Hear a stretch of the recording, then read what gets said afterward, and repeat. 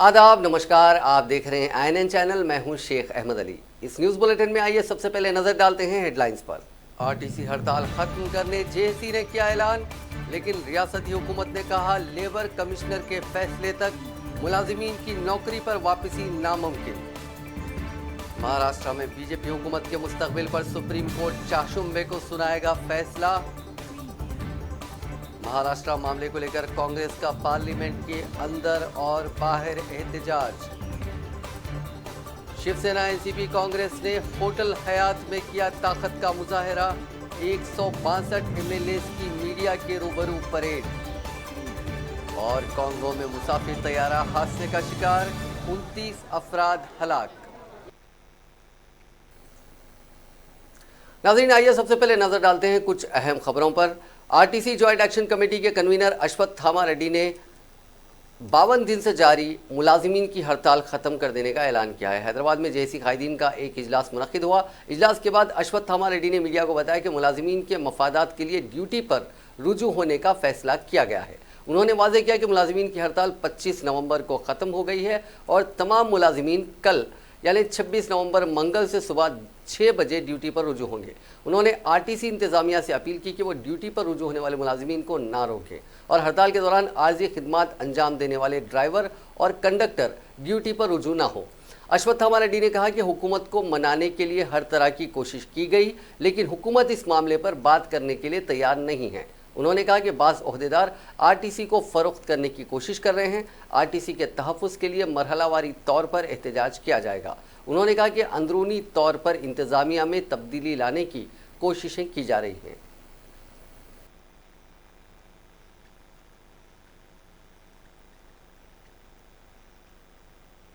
కార్మికుల డిమాండ్లను పరిష్కరించుకోవడానికి పోరాటం నాంది పలుకుతుంది. అదేవిధంగా ఆర్టీసీలో అయితే జీవో తీసుకొచ్చి ప్రయత్నాలు చేస్తున్నారో ఆ జీవో చెల్లనేరదు. ఈ ఆర్టీసీ అన్నది బైఫర్కేట్ కాలే, ఏపీఎస్ఆర్టీసీ కింద కొనసాగుతుంది. కార్మికులు ఎవరు అధైర్యపడాల్సిన అవసరం లేదు. రేపు అందరం మనం వాలంటరీగా డ్యూటీలకు వెళ్ళి మనకు డ్యూటీల గురించి రేపు అందరూ డిపోలు వెళ్ళి డ్యూటీలు చేయాల్సిందిగా కోరుతున్నాం.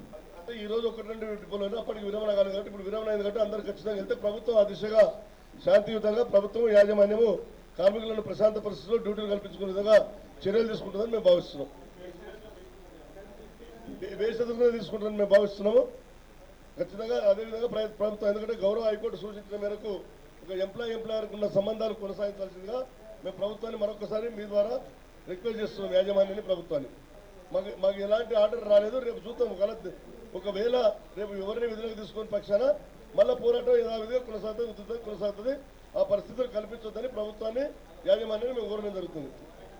పోయిన అమరవీరుల కుటుంబాలకు అవన్నీ మమ్మల్ని ఎంతో బాధించినాయి. ఖచ్చితంగా అమరవీరుల కుటుంబాలను, మరి ఒత్తిడిలోని కుటుంబాలను కూడా ఖచ్చితంగా ఈ జేఏసీ ఖచ్చితంగా వాళ్ళని అన్ని విధాల సహాయ సహకారాలు అందిస్తాం. ఖచ్చితంగా మా కుటుంబ సభ్యులు వాళ్ళ కుటుంబంగా భవిష్యత్తులో వాళ్ళకు తప్పకుండా జేఏసీ ద్వారా మేము న్యాయం చేస్తాం. కార్మికులందరూ కలిసి న్యాయం చేస్తాము.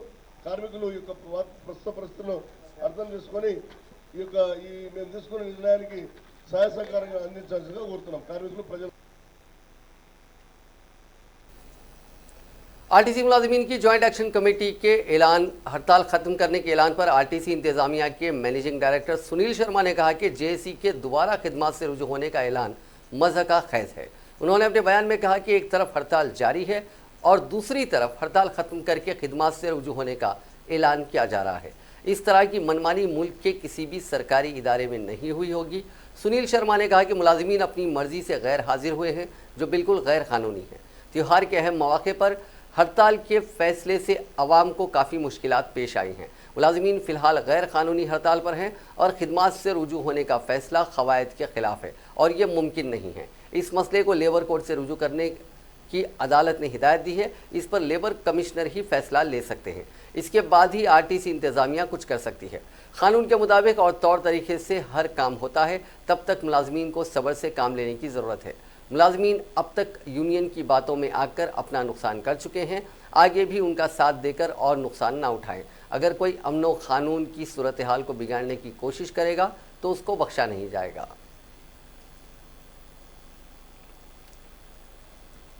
हाईकोर्ट ने आज आरटीसी की आर्जी ड्राइवर से मुतालिक मफाद आमा के तहत एक दाखिल की गई और हड़ताल के दौरान आरटीसी मुलाजिमीन की तनख्वाहों का मसले पर भी समाअत हुई। एडवोकेट गुरुपाल कृष्णा ने मफादे अम्मा के तहत एक दरखास्त दाखिल करते हुए अदालत को बताया कि आरटीसी की जानिब से ना तजुर्बेकार ड्राइवर्स की खिदमत हासिल की गई हैं। उन्होंने अपनी दरखास्त में अदालत से ख्वाहिश की है कि आर्जी ड्राइवर्स को कम से कम 90 दिन की ट्रेनिंग देने की हिदायत दी जाए। इस मामले की समाअत के बाद अदालत ने अंदरून 4 हफ्ते वजाहत पेश करने का रियासती हुकूमत और आरटीसी इंतजामिया को हिदायत दी। दूसरी जानिब तेलंगाना आरटीसी मुलाजिमीन की हड़ताल के दौरान माह सितंबर की तनख्वाहों की अदायगी से मुतालिक आरटीसी मुलाजिमीन यूनियनों की जानिब से दाखिल की गई दरखास्त पर अदालत में समाअत हुई। एडवोकेट जनरल दस्तयाब ना होने की वजह से आरटीसी स्टैंडिंग काउंसिल ने अदालत से समाअत के लिए मजीद मोहलत तलब की। दरखास्त गुजार के वकील ने जिस पर एतराज़ करते हुए कहा कि इस मामले में काफ़ी ताख़ीर हो गई है और तनख्वाहों की अदम अदायगी की वजह से मुलाजिमीन परेशान हैं और ताहाल 30 अफराद की मौत हो गई है। अदालत ने मुकदमे की आइंदा समाअत 27 नवंबर तक मुलतवी कर दी। तेलंगाना आरटीसी जेएसी ने नई दिल्ली में मरकजी वज़रा से मुलाकात का फैसला किया है ताकि हड़ताल की तफसीलात से उनको वाकिफ करवाया जा सके। साथ ही आरटीसी के हड़ताली मुलाजिमीन की खुदकशी और रूट्स की निजीकारी के मसले पर भी उनकी तवज्जो दिलाई जाए। तेलंगाना आरटीसी जेएसी के नुमाइंदों का हंगामी इजलास एम्प्लॉयज़ यूनियन के दफ्तर में मुनक़िद हुआ, जिसमें सियासी जमातों के नुमाइंदों ने भी शिरकत की। जेएसी कायदीन ने मरकज़ तक अपनी बात पहुँचाने के लिए सियासी जमातों के कायदीन से मदद मांगी। पहले ही जेएसी कायदीन ने इस मसले पर तवज्जो दिलाने के लिए मरकजी वज़रा से मुलाकात का वक्त मांगा है। जेएसी कायदीन के हमरा सियासी जमातों के रहनुमा भी मरकजी वज़रा से मुलाकात करते हुए हड़ताली आरटीसी वर्कर्स के मसाइल से वाकिफ करवाएंगे। इस इजलास में सदर तेलंगाना जन समिति प्रोफेसर कोदंडराम, तेलंगाना बीजेपी के कायदीन जी विवेक, जितेंद्र रेड्डी, तेलुगु देशम के कायद आर चंद्रशेखर रेड्डी, कांग्रेस कायद हनुमंत राव और सीपीएम के कायद टी वीरभद्रम ने शिरकत की।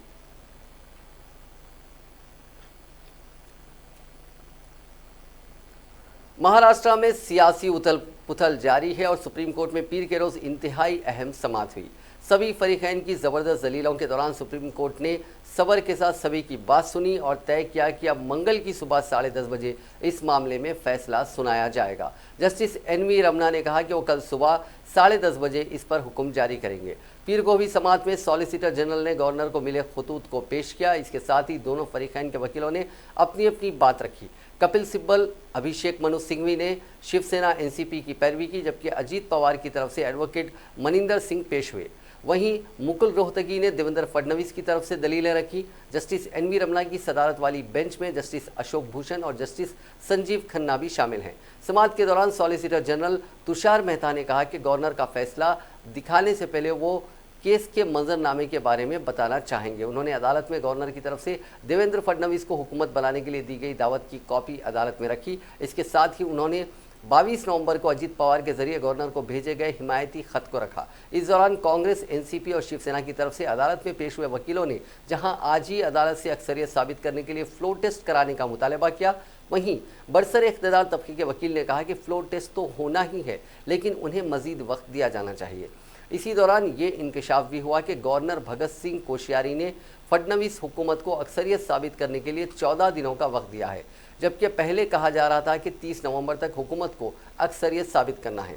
यह बात फडणवीस के वकील रोहतगी ने अदालत को बताई। उन्होंने कहा कि असेंबली की कुछ रिवायतें होती हैं, स्पीकर के इंतखाब के बाद ही फ्लोर टेस्ट हो सकता है। वहीं तुषार मेहता ने कहा कि कांग्रेस, एनसीपी और शिवसेना एक वकील पर भी मुत्तफिक नहीं हुए और उनके जरिए पेश की गई फेरिस्त में भी गड़बड़ी है, इसलिए इस मामले में देवेंद्र फडणवीस के हक में फैसला दिया जाना चाहिए। इस पर अदालत ने कहा कि हम क्या हुक्म देंगे ये हम पर छोड़ दिया जाए, हमें पता है कि क्या हुक्म देना है। बहस के दौरान अभिषेक मनु सिंघवी ने कहा कि फ्लोर टेस्ट से पता चलेगा जब आप औंधे मुंह गिरेंगे। अदालत को 48 नहीं बल्कि 24 घंटे में फ्लोर टेस्ट कराने का वक्त तय किए जाने का हुक्म देना चाहिए। उन्होंने कहा कि मैं इन बातों पर जोर नहीं देना चाहता, लेकिन ये बातें अपने आप में बुनियाद हैं। आज ही फ्लोर टेस्ट होना चाहिए। सिंघवी ने कहा कि दोनों फरीक फ्लोर टेस्ट को सही बता रहे हैं, तो फिर इसमें ताखीर क्यों। इसके अलावा कपिल सिब्बल ने कहा कि रात में सब तय हुआ है, फ्लोर टेस्ट दिन के उजाले में हो। इस दौरान अभिषेक मनु सिंघवी ने कहा कि फौरन प्रोटम स्पीकर की तकर्री हो। मेरे पास एनसीपी के 48 अरकान असेंबली की हिमायत है। ऐवान में जल्द फ्लोर टेस्ट होना चाहिए क्योंकि दोनों फरीक इसके लिए तैयार है। बहस के दौरान कपिल सिब्बल ने कुछ संगीन सवाल उठाए। उन्होंने पूछा कि आखिर गवर्नर ने किसके कहने पर सदर राज हटाया, फ्लोर टेस्ट से एतराज़ क्यों, काबीना ने कब सदर राज हटाने की मंजूरी दी, उन्होंने भी ऐवान में फौरन फ्लोर टेस्ट कराए जाने का मुतालबा किया। शिवसेना की तरफ से पेश हुए सीनियर वकील कपिल सिब्बल ने पूछा कि ऐसी क्या कौमी इमरजेंसी थी कि सदरराज को सुबह 5:17 पर ख़त्म करके सुबह 8 बजे हलफ दिलाया गया। सदरराज को सुबह 5:17 पर हटाया गया, जिसका मतलब यह है कि 5:17 से पहले सब कुछ हुआ। अजीत पवार के वकील मनिंदर सिंह ने कहा कि अगर बाद में कोई सूरत हाल बनी तो उसे गवर्नर देखेंगे, उसे उनके ऊपर छोड़ा जाए, अदालत इसमें मुदाखलत क्यों करे। मनिंदर सिंह ने कहा कि जो चिट्ठी गवर्नर को दी गई है वो कानूनी तौर पर सही है, फिर तनाज़ा क्यों। लेकिन तुषार मेहता ने दलील दी कि उन्हें फिक्र है कि अरकान असेंबली भाग जाएंगे। उन्होंने अभी किस तरह उन्हें पकड़ा हुआ है, असेंबली की कार्रवाई कैसे चलेगी, अदालत को इसमें मुदाखलत करने से बचना चाहिए। उन्होंने कहा कि गवर्नर को फ्लोर टेस्ट के लिए मुद्दत का तय करने को नहीं कहा जा सकता, ये गवर्नर का इख्तियार है, उनके कदम को गलत सोच से मुतासिर नहीं किया जा सकता। इसके साथ ही मुकुल रोहतगी ने भी कहा कि फ्लोर टेस्ट कब होगा उसे तय करने का इख्तियार गवर्नर के पास है। उन्होंने पूछा, क्या अदालत असेंबली के एजेंडे को तय कर सकती है। कांग्रेस ने कहा कि महाराष्ट्र में इत्तेहादी हुकूमत ने तश्कील के मामले में सुप्रीम कोर्ट में नेशनलिस्ट कांग्रेस पार्टी और शिवसेना के साथ पार्टी ने अपना मौक़िफ़ रख दिया है और उसे उम्मीद है कि अदालत में जमहूरियत की जीत होगी। कांग्रेस के सीनियर लीडर और महाराष्ट्र के साबिक़ वज़ीर आला पृथ्वीराज चौहान, जनरल सेक्रेटरी मुकुल वासनिक और महकमे मौसलात के सरबराह रणदीप सिंह सुरजेवाला ने पीर को यहाँ पार्लियामेंट के अहाते में मुश्तरका तौर पर प्रेस कॉन्फ्रेंस में कहा कि तीनों पार्टियों में रियासती हुकूमत बनाने के लिए इत्तेफाक है और हुकूमत की तश्कील के लिए अक्सरियत से ज़्यादा 154 अरकान असेंबली के दस्तखत वाले हलफनामे भी हैं जिन्हें अदालत के सामने पेश किया गया। इससे वाज़ेह होता है कि इत्तेहाद के पास अक्सरियत की मुनासिब आदाद शुमार है। रियासती असम्बली में अक्सरियत के लिए 145 अरकान असेंबली की ज़रूरत है, लेकिन इत्तेहाद के पास 154 हैं। उन्होंने कहा कि अदालत ने दोनों फरीकों के दलाइल सुनने के बाद मंगल की सुबह तक अपना फैसला महफूज कर लिया है और उनके इत्तेहाद को यकीन है कि अदालत में महाराष्ट्र में जमहूरियत गालिब होगी। उन्हें उम्मीद है कि अदालत वज़ीर आला देवेंद्र फडणवीस और नायब वज़ीर आला अजीत पवार को ऐवान में अपनी अक्सरियत साबित करने का हुक्म देगी और जल्द ही हुकूमत से बाहर हो जाएंगे। कांग्रेस रहनुमाओं ने कहा कि तीनों पार्टियां शिवसेना लीडर उद्धव ठाकरे की क़यादत में महाराष्ट्र में मुश्तरका हुकूमत तश्कील देना चाहते हैं। उन्होंने कहा कि इससे कबल जिस तरह अदालत ने उत्तराखंड और कर्नाटका में 24 घंटों के अंदर ऐवान में अक्सरियत साबित करने का फैसला किया था, उसी तरह का फैसला महाराष्ट्र के सिलसिले में भी आएगा और वहाँ भी जमहूरियत की जीत होगी।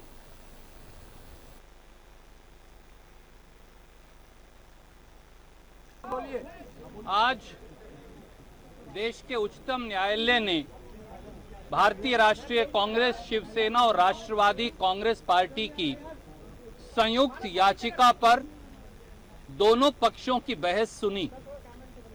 भारतीय राष्ट्रीय कांग्रेस, शिवसेना और एनसीपी की ओर से स्पष्ट तौर से हमने फिर दोहराया कि महाराष्ट्र में प्रजातंत्र की हत्या हुई है और जनादेश को धूमिल कर संविधान को पांव तले रोन दिया गया है और एक नाजायज भारतीय जनता पार्टी और अजीत पवार जी की अल्पमत वाली सांझी सरकार वहां बनाई गई है। इसलिए अनुरोध किया गया उच्चतम न्यायालय को हमारे पक्ष की ओर से कि एक फ्लोर टेस्ट यानी जनमत को साबित करने के लिए विधायकों की संख्या का टेस्ट फौरी तौर से ऑर्डर किया जाए ताकि ये साबित हो जाए कि बहुमत महाराष्ट्र के विकास के गठबंधन कांग्रेस, एनसीपी और शिवसेना के गठबंधन के पास है। सुप्रीम कोर्ट को हमने 154 विधायकों के शपथ पत्र भी दिखाए जो ये साफ साबित। कांग्रेस और कुछ दीगर अपोजिशन जमातों ने महाराष्ट्र के सियासी वाकयात पर पार्लियामेंट के दोनों ऐवानों में जोरदार हंगामा किया, जिसकी वजह से कई बार कार्रवाई मुलतवी किए जाने के बाद पूरे दिन के लिए कार्रवाई मुलतवी करनी पड़ी। हंगामे की वजह से दोनों ऐवानों में वक्फे सवालात और वक्फे सिफर में कोई कानूनी कामकाज नहीं हो सका। सरमाई इजलास में यह पहला मौका है कि जब अपोजिशन के हंगामे की वजह से कार्रवाई पूरे दिन के लिए मुलतवी करनी पड़ी और पूरे दिन कोई सरकारी कामकाज नहीं हो सका। राज्यसभा में लंच के वक्फे के बाद जैसे ही ऐवान की कार्रवाई शुरू हुई, opposition Congress, Marxist communist party, Trinamool Congress और डीएमके के रुकन अपनी अपनी जगह पर खड़े हो गए। ऐवान में कांग्रेस के डिप्टी लीडर आनंद शर्मा ने ज़ाब्ता 267 के तहत महाराष्ट्र के मामले पर बहस कराने की मांग की। डिप्टी चेयरमैन हरिवंश ने कहा कि इस मामले में चेयरमैन सुबह ही सूरत हाल वाजे कर चुके हैं, दोबारा इसकी इजाज़त नहीं दी जा सकती। उन्होंने कहा कि ऐवान में कानूनी कामकाज ज़ेरे इल्तिवा है और इसे पूरा किया जाना चाहिए।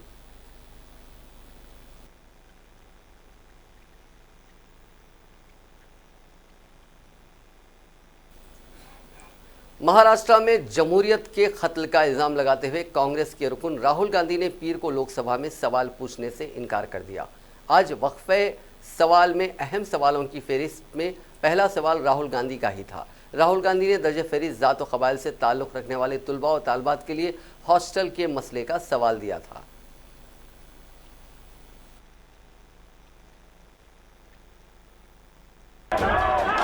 अंतिम बार चेतावनी दे रहा हूं। स्पीकर महोदय, मैं आज यहाँ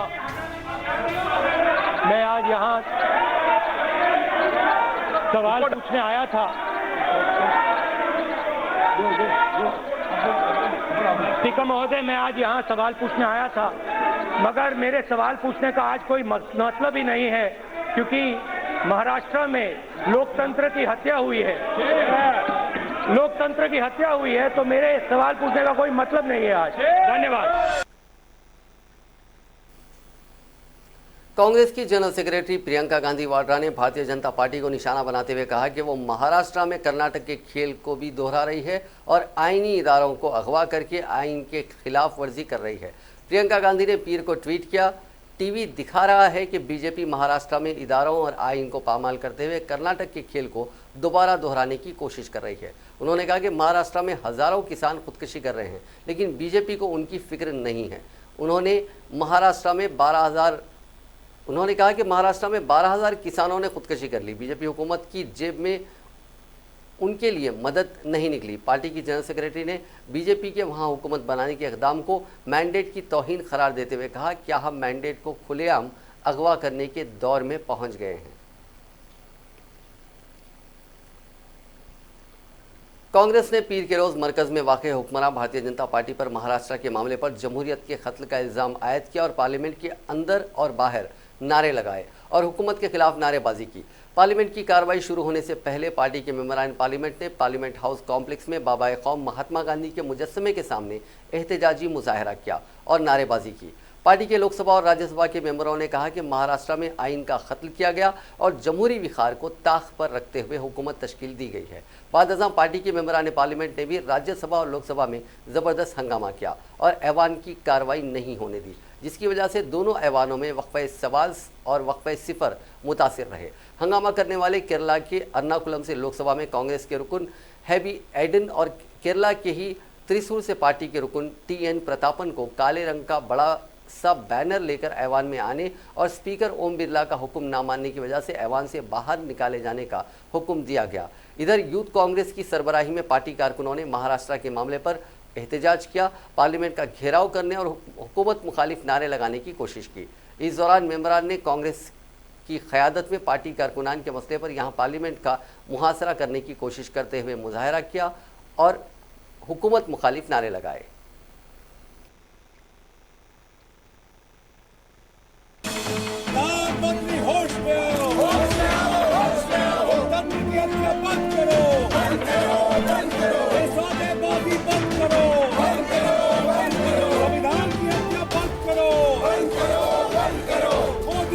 शर्म करो, मोदी सरकार शर्म करो, संविधान की हत्या बंद करो।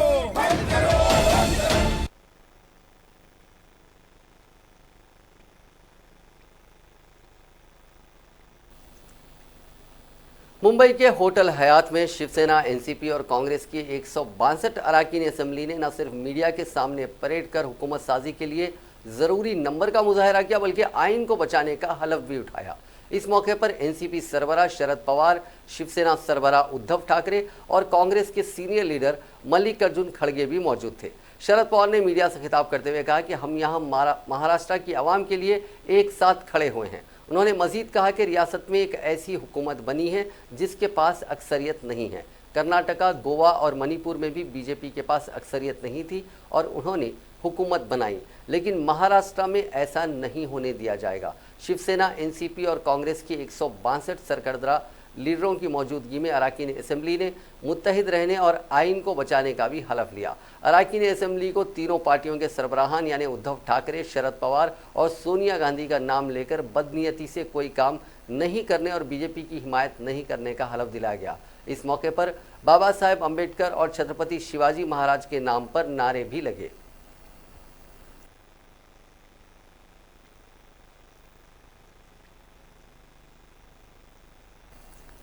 महाराष्ट्र में 70,000 करोड़ रुपए के आबपाशी घोटाले मामले में अजीत पवार को क्लीन चिट मिल गई है।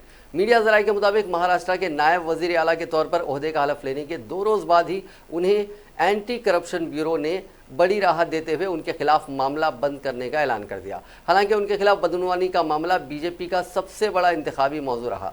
दरअसल राजभवन में कांग्रेस, एनसीपी और शिवसेना ने मौजूद आला अफसरान को हिमायत का खत सौंप दिया। मीडिया से बात करते हुए महाराष्ट्र कांग्रेस के सदर वाला साहेब थोराट ने कहा कि उनकी तादाद को 162 मेंबरान असेंबली की हिमायत हासिल है। एनसीपी अराकीन के रहनुमा जयंत पटेल ने भी कहा कि बीजेपी के पास हिमायत नहीं है। महाराष्ट्र में मौजूदा हुकूमत का क़याम झूठे कागजात और दस्तावेजात की बुनियाद पर किया गया है।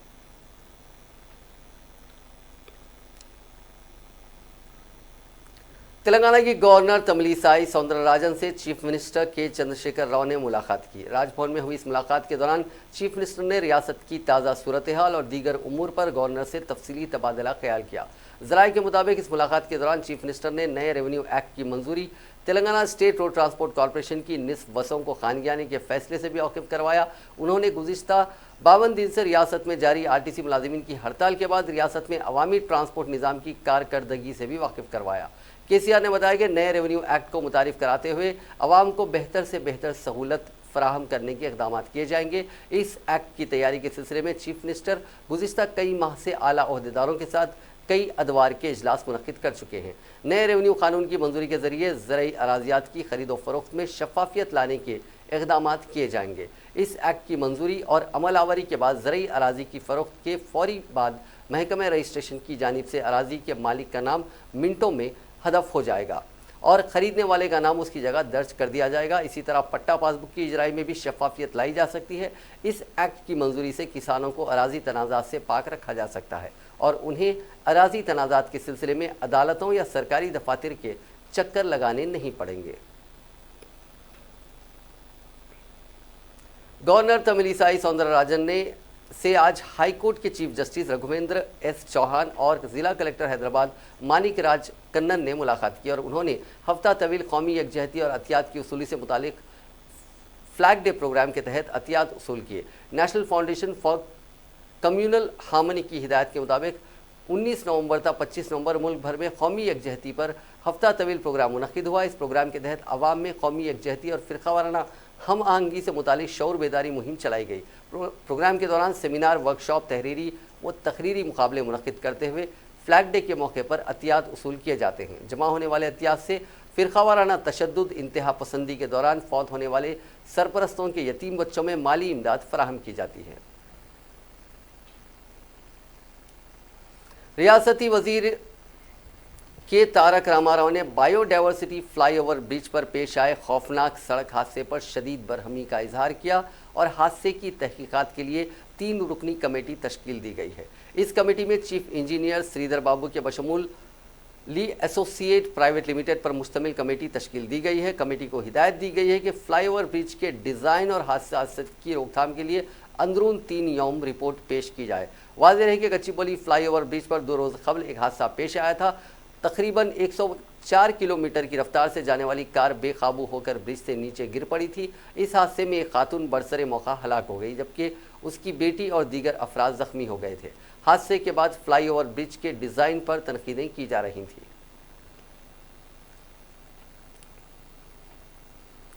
मशरकी कॉन्गो के शुमाली सूबे क्यू में एक तैयारा हादसे में मरने वालों की तादाद बढ़कर 29 हो गई है। ये इत्तला मकामी मीडिया ने दी। मकामी मीडिया के मुताबिक इतवार को होने वाले इस तैयारे हादसे में 24 लोगों की लाशें बरामद की गई थी। एक्टोलाइट मीडिया के मुताबिक इमदादी टीम ने तैयारे के मलबे में से अब तक 29 लाशें निकाली हैं, जिनमें 7 लाशें एक ही ख़ानदान की हैं। सूबे क्यू के गवर्नर के मुताबिक BGB परवाज में नाकाम रहा और रिहायशी बस्ती के घरों से जा टकराया।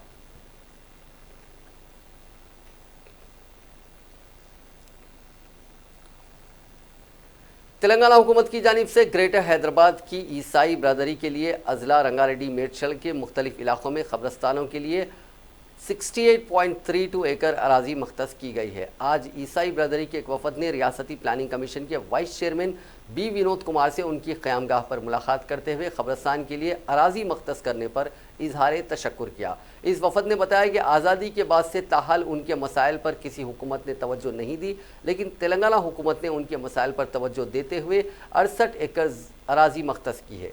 ईसाई ब्रदरी ने चीफ मिनिस्टर चंद्रशेखर राव से इजहार तशक्कुर किया। इस वफद ने बताया कि चीफ मिनिस्टर से इजहार तशक्कुर के लिए 27 नवंबर को एक जलसा आम मुनक़िद किया जाएगा। रियासती वज़ीर जंगलात इंदिरा किरण रेड्डी ने कहा है कि तालीमी मियार और सलाहियतों में तेलंगाना आगे है और दीगर रियासतों के लिए काबिल तखलीस साबित हो रहा है। रियासती वज़ीर की मौजूदगी में अमेरिका की रियासत अलाबामा के एब्रन यूनिवर्सिटी और forest college and research institute FCRI के दरमियान तालीमी मैदान में एक दूसरे के ताउन से मुतालिक माहदे तय पाया। आरानिया भवन में एब्रन यूनिवर्सिटी के dean Janaki Ram Reddy, FCIR dean Chandrashekhar Reddy ने याददाश्त मुफाहमत पर दस्तखत की और दस्तावेजात का तबादला अमल में आया। इस मौके पर इंदिरा किरण रेड्डी ने कहा कि इंदिरा किरण रेड्डी ने कहा कि अमेरिका की बाविखार यूनिवर्सिटियों में शामिल एब्रन यूनिवर्सिटी के साथ माहदे से FCRI के तुलबा का मुस्तकबिल ताबनाक होगा। उन्होंने बताया कि चीफ मिनिस्टर चंद्रशेखर राव ने तुलबा को मियारी तालीम की फराहमी के मकसद से मुल्क में महकमे जंगलात के रिसर्च सेंटर का क़याम अमल में लाया है।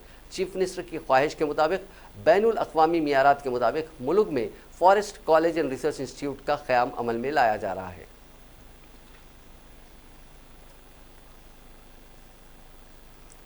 वज़ीर सेहत ईटला राजेंद्र ने कहा है कि रियासत में 5 मेडिकल कॉलेजेस की मंजूरी के लिए मरकज़ को तजावीज़ रवाना की गई हैं।